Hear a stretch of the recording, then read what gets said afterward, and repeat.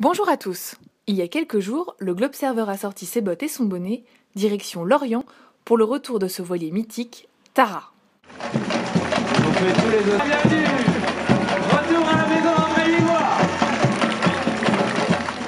Un retour en fanfare après 7 mois passés en mer. Les équipes de scientifiques s'y sont relayées pour étudier les microplastiques et les micro-organismes de la Méditerranée. Et les premières constatations ne sont pas franchement réjouissantes. Dans chaque filet qu'on a monté sur le bateau, il y avait des microplastiques. Parce qu'on avait besoin pour certaines expériences de caractérisation, par exemple des micro-organismes, on avait besoin de trier le plastique. Et vraiment, dans les 340 mantas, il y avait des microplastiques. Plus de 2300 échantillons ont ainsi été prélevés grâce à ce drôle de filet, la manta, qui ressemble, d'où son nom, à une raie manta. Son maillage très serré permet de ramasser beaucoup de microplastiques, mais pas tous. Ce qu'on peut pêcher, ici, c'est de l'ordre du 300 micromètres, c'est un tiers d'un millimètre. Mais si on considère que les plastiques, ils ont une fragmentation continue, ça veut dire que les grands plastiques deviennent de plus en plus petits, je pense qu'on rate une très grande partie des tout petits plastiques avec ce filet. Ceux qui sont les plus dangereux en fait. Ceux qui peuvent être les plus dangereux parce que c'est ceux qui ont le rapport volume-surface plus grand. Des microplastiques qui proviennent donc de la fragmentation de nos déchets, parmi lesquels on compte en grande quantité les produits d'emballage, les pièces plastiques arrachées des filtres de nos machines à laver et des stations d'épuration, mais aussi les fibres textiles synthétiques de nos vêtements qui s'enfuient, elles aussi, par la machine à laver. C'est quand même que la plupart des déchets sont des déchets issus de l'emballage, donc à forte dominante polyéthylène, polypropylène, polystyrène. Donc on a déjà une petite idée effectivement de ce qu'on va retrouver. Après, il reste quand même à la quantifier plus précisément. On estime ainsi à 250 milliards le nombre de microplastiques présents en Méditerranée. Une pollution qui provient à 90% de la Terre et qui se disperse dans les océans via les fleuves, les rivières et les courants.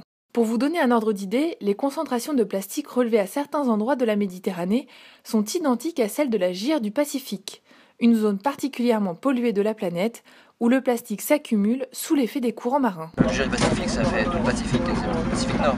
Ça fait 60 fois la France. Et sur 30 mètres de profondeur, on retrouve 5 kg de plastique pour 1 kg de plancton par kilomètre carré. Donc vous imaginez un peu l'impact que ça peut avoir sur les organismes qui se nourrissent, qui filtrent l'eau, qui se nourrissent de plancton et forcément de plastique. Oui, on imagine bien. Et justement, les conséquences sont désastreuses. Parce que quand on pense plastique dans l'océan, on pense à ça. Mais les microplastiques sont encore plus pervers. Pendant la nuit, le plancton migre en surface et c'est là qu'il reste en contact avec les plastiques. Alors l'idée est de dire que les organismes filtreurs comme les baleines ou les poissons, ils peuvent confondre le plastique avec le plancton, les ingérer et le plastique rentre ainsi dans la chaîne trophique. Et il y a des études qui ont montré que les plastiques absorbent des polluants, les polluants organiques persistants. Et il peut avoir une bioaccumulation et arriver jusqu'à l'eau.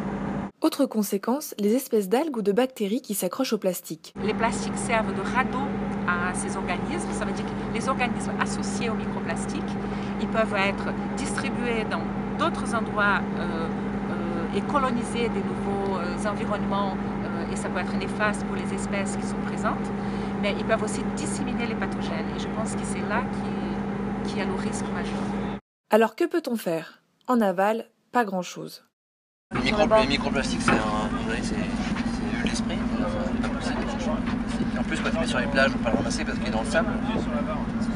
Et en mer, c'est impossible parce qu'il y a différents projets qui ont été mis en place pour essayer de rattraper ces microplastiques. Le problème, c'est quand on les ramasse, forcément, on ramasse du plancton avec. Donc si on commence à toucher, lutter le plancton, ça va très mal se passer aussi pour l'écosystème. Donc non, en mer, oui, c'est compliqué. Après, en fait, le message, c'est d'agir en amont. Comment ? En recyclant nos déchets, en mettant au point de nouveaux plastiques biodégradables moins nocifs pour l'environnement et bien sûr en communiquant autour de tout cela. Finalement, Ségolène Royal résume tout cela mieux que moi. La pollution des océans en général est un fléau. D'abord parce que ça tue les tortues marines. Allez, à bientôt et que la science vous porte conseil.